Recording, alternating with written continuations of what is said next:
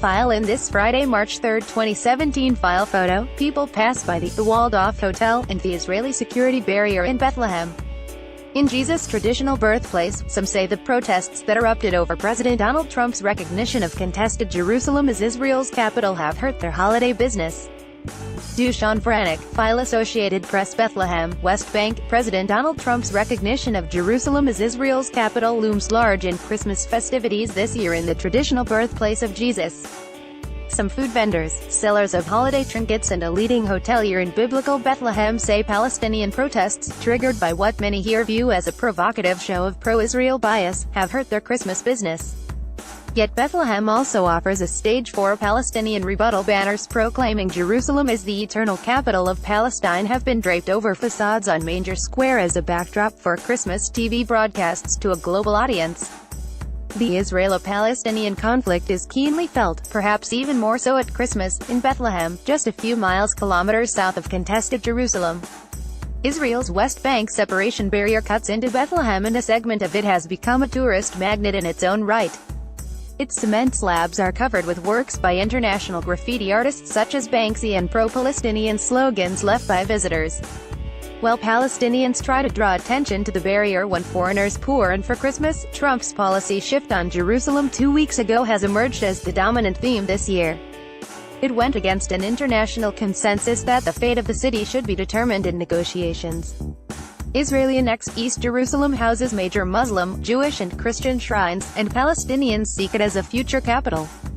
Trump's declaration triggered clashes in the Palestinian territories between stone throwers and Israeli soldiers who fired tear gas, rubber bullets and live ammunition.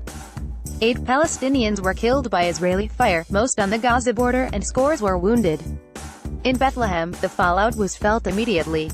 Palestinian President Mahmoud Abbas was to have received Vice President Mike Pence, a devout Christian, in Bethlehem, but cancelled after the U.S. pivot on Jerusalem. The snub came as Abbas shifted from cooperating with the United States to rejecting Washington as a Mideast broker. Meanwhile, Bethlehem's flagship luxury hotel, the 250-bed Jasir Palace, closed because of frequent nearby clashes. General Manager Marwan Kitani said the hotel had been fully booked for Christmas, but that he is now assessing day by day if he can reopen. Palestinian activists have called for more protests. In Manger Square, next to the Church of the Nativity built over Jesus' traditional birth grotto, some merchants blamed Trump for a drop in business. 2 souvenir shop owners selling nativity scenes and tree decorations carved from olive wood said they hadn't had any customers by early afternoon. Mahmoud Salahat, who sells pomegranate juice on the square, said his main source of income, Palestinian citizens of Israel, largely stayed away from Bethlehem during the past 2 weeks, apparently fearing trouble on the roads. Palestinian officials took a more upbeat view. The Christmas season caps a banner year for tourism in the Palestinian territories, with 2.7 million visitors in 2017, compared to 2.3 million in 2016, said Tourism Ministry official Jaris Kamsia. Despite some cancellations, Bethlehem's 4,000 hotel rooms were more than 90% booked for Christmas, he said. Christmas also offers an annual opportunity for Abbas to court international sympathy for long-standing Palestinian demands for statehood in the West Bank, Gaza Strip and East Jerusalem, lands Israel captured in 1967. Abbas' rival Hamas, an Islamic militant group that dominates Gaza, seeks a state in all of historic Palestine, including what is now Israel. The vast majority of Palestinians are Muslims, but Abbas, like the late Yasser Arafat before him, values close ties with the Christian minority, regularly attending Christmas Eve Mass at the Church of the Nativity, which is broadcast live. This year, TV footage will likely show 2 large banners hanging from roofs in Manger Square, reading, "Jerusalem will always be the eternal capital of Palestine." Activists also plan to circulate a petition to Christmas visitors in support of Palestinian claims to Jerusalem and distribute stickers reading, "We Heart Jerusalem, the capital of Palestine," said organizer Mundur Amira. Earlier this week, 24 protesters assembled near the square's towering Christmas tree, holding white candles and photos of Pence and Jason Greenblatt, a member of Trump's Mideast team. "Bethlehem welcomes the messengers of peace, not the messengers of war," read the captions under the photos.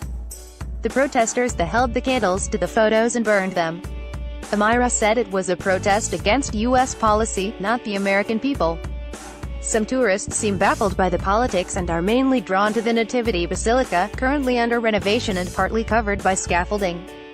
German pilgrim Ludmilla Trifl said she reserves judgment because she doesn't know enough about the conflict. The separation barrier at the entrance to Bethlehem does not look good, she said, adding that she's also heard it described as a security measure. Israel says the barrier is to keep out Palestinian militants, while Palestinians call it a land grab. Along the barrier, a different type of tourism has emerged. The area around the Waldorf Hotel, a Banksy-linked guest house that opened in March, has become a center for political street art. A recent wall piece said to have been created by Banksy shows two angels, one with a crowbar, on either side of a gap between cement slabs, each trying to widen the opening.